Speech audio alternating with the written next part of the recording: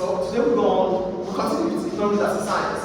We talked about simplification. We talked about what else did we talk about in economics? We talked about economics being a social science. We talked about theories and modeling. Remember that? What did I think about theories? I said theories are words that we make up, that becomes law. Models are arithmetical representation of those theories. We talked about that. Okay? We talked about purpose of modeling. I told you modeling, we need to use modeling because it helps us to take decisions about what we need to do. We talked about that. Do you remember that? So for simplification really means that for theories, for laws in economics, you need to simplify them. If not, it becomes difficult for people to work with. That is simplification. So most of the problem we have, most of the criticism about simplification, about economic theories are that they are not simplified. All theories, not only economics, the law of Newton, the Faraday's law, the Ohm's law, all these laws, they need to be simplified for your understanding. So whatever laws we make, whatever laws they have in the books, it needs what? They need simplification. That's about simplification. I think it's clear. So now we go to assumptions and synthetic paradox. So all sciences, please read for me. Read for me, please. Assumptions and Yeah. all sciences make assumptions when developing models and theories. In the case of the feather of a ball being dropped from a tall building, or the thought that equal speed if we were to assume that there was no drag effect caused by hand. Making assumptions allows the scientists to simplify the problem to make it easier to solve. An important way in which economists simplify reality is to adopt a ceteris paribus condition. Ceteris paribus is Latin for all other things being equal, or all other things remaining the same. For example, in demand theory, economists consider how price affects the amount demanded by buyers of a good. To isolate the price factor, they assume that all other factors that affect demand, such as income, or the price of other goods remain unchanged. Then economists see what happens to quantity demanded as the price of the good changes. Thank you. So there are two things here. Assumptions. Why do economists use assumptions? Economists use assumptions to simplify situations. What do I say? They use assumptions to simplify situations. Assumption is you assuming this will happen. So it has to be that way. If not, we won't be able to move further. So for you to let's talk about a bank. Money creation. There's what we call money creation. Money is being created, but for us to say money is being created, it does not come from the central bank, it comes from the commercial bank.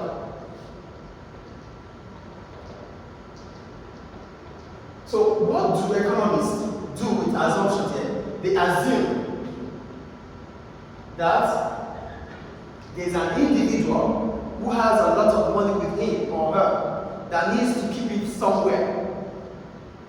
Do you see the assumption now? Money is being created, not printed or minted. The central bank of the country or of the nation prints and mints money. That is the central bank. But we're talking about the commercial bank. How do they create money? So we are, I said they create money. Mister, how do they create money?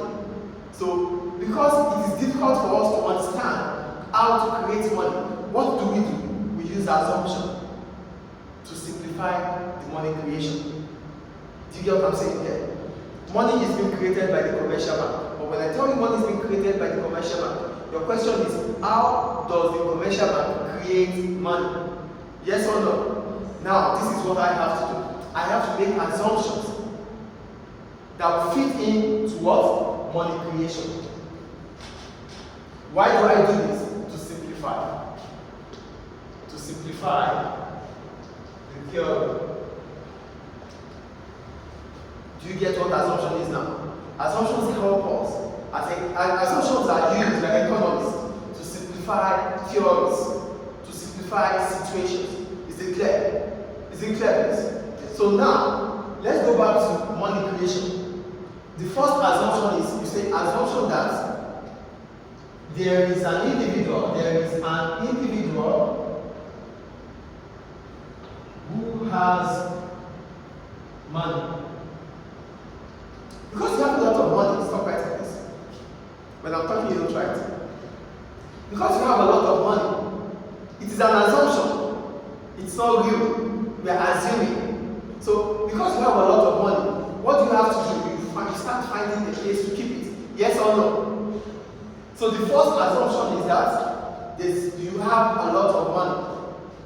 Because you have a lot of money and you don't know what to do with it, you think of making it to be safe. Yes or no? Yes or no? So the second assumption is that there is a bank.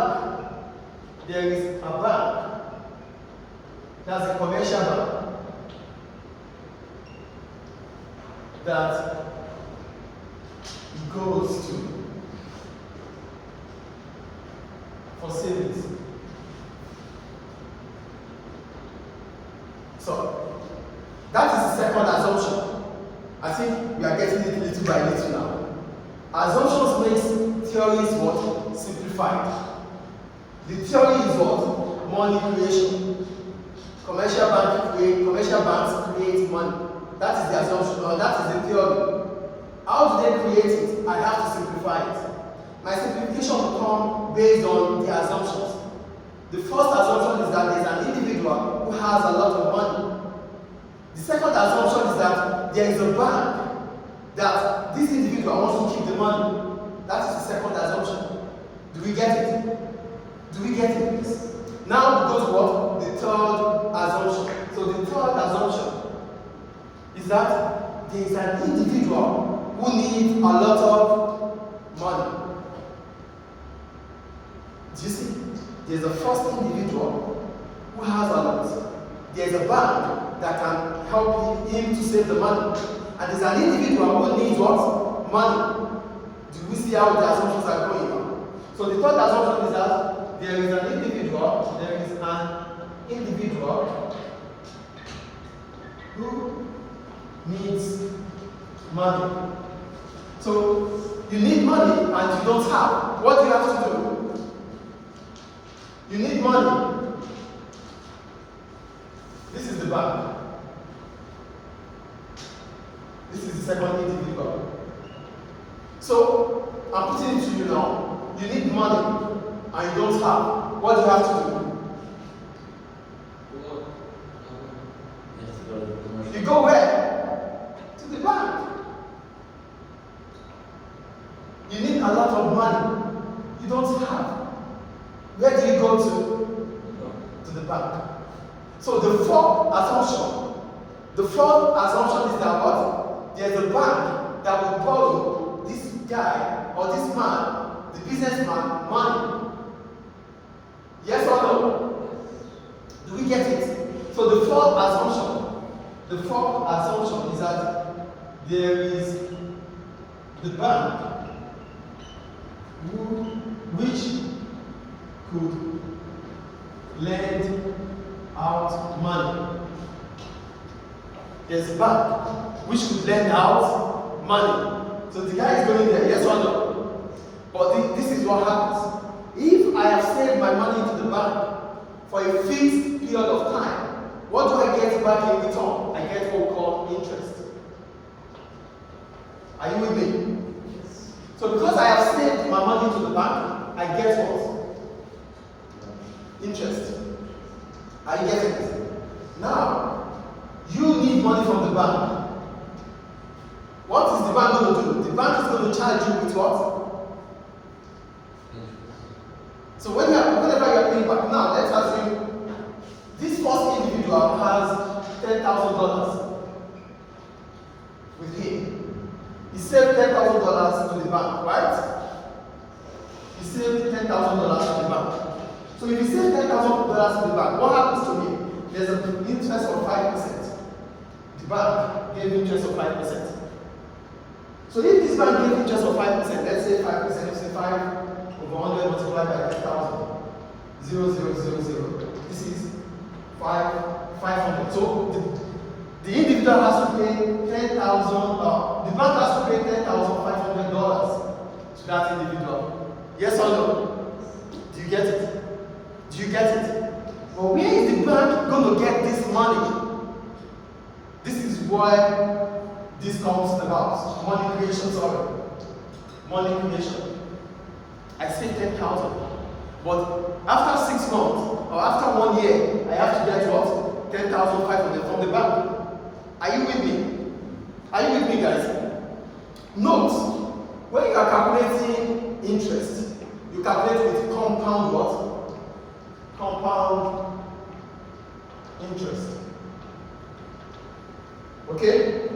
But we're just using this as an example. Interesting, I'm in here. Yes. We're just using this as an example. I think it's clear.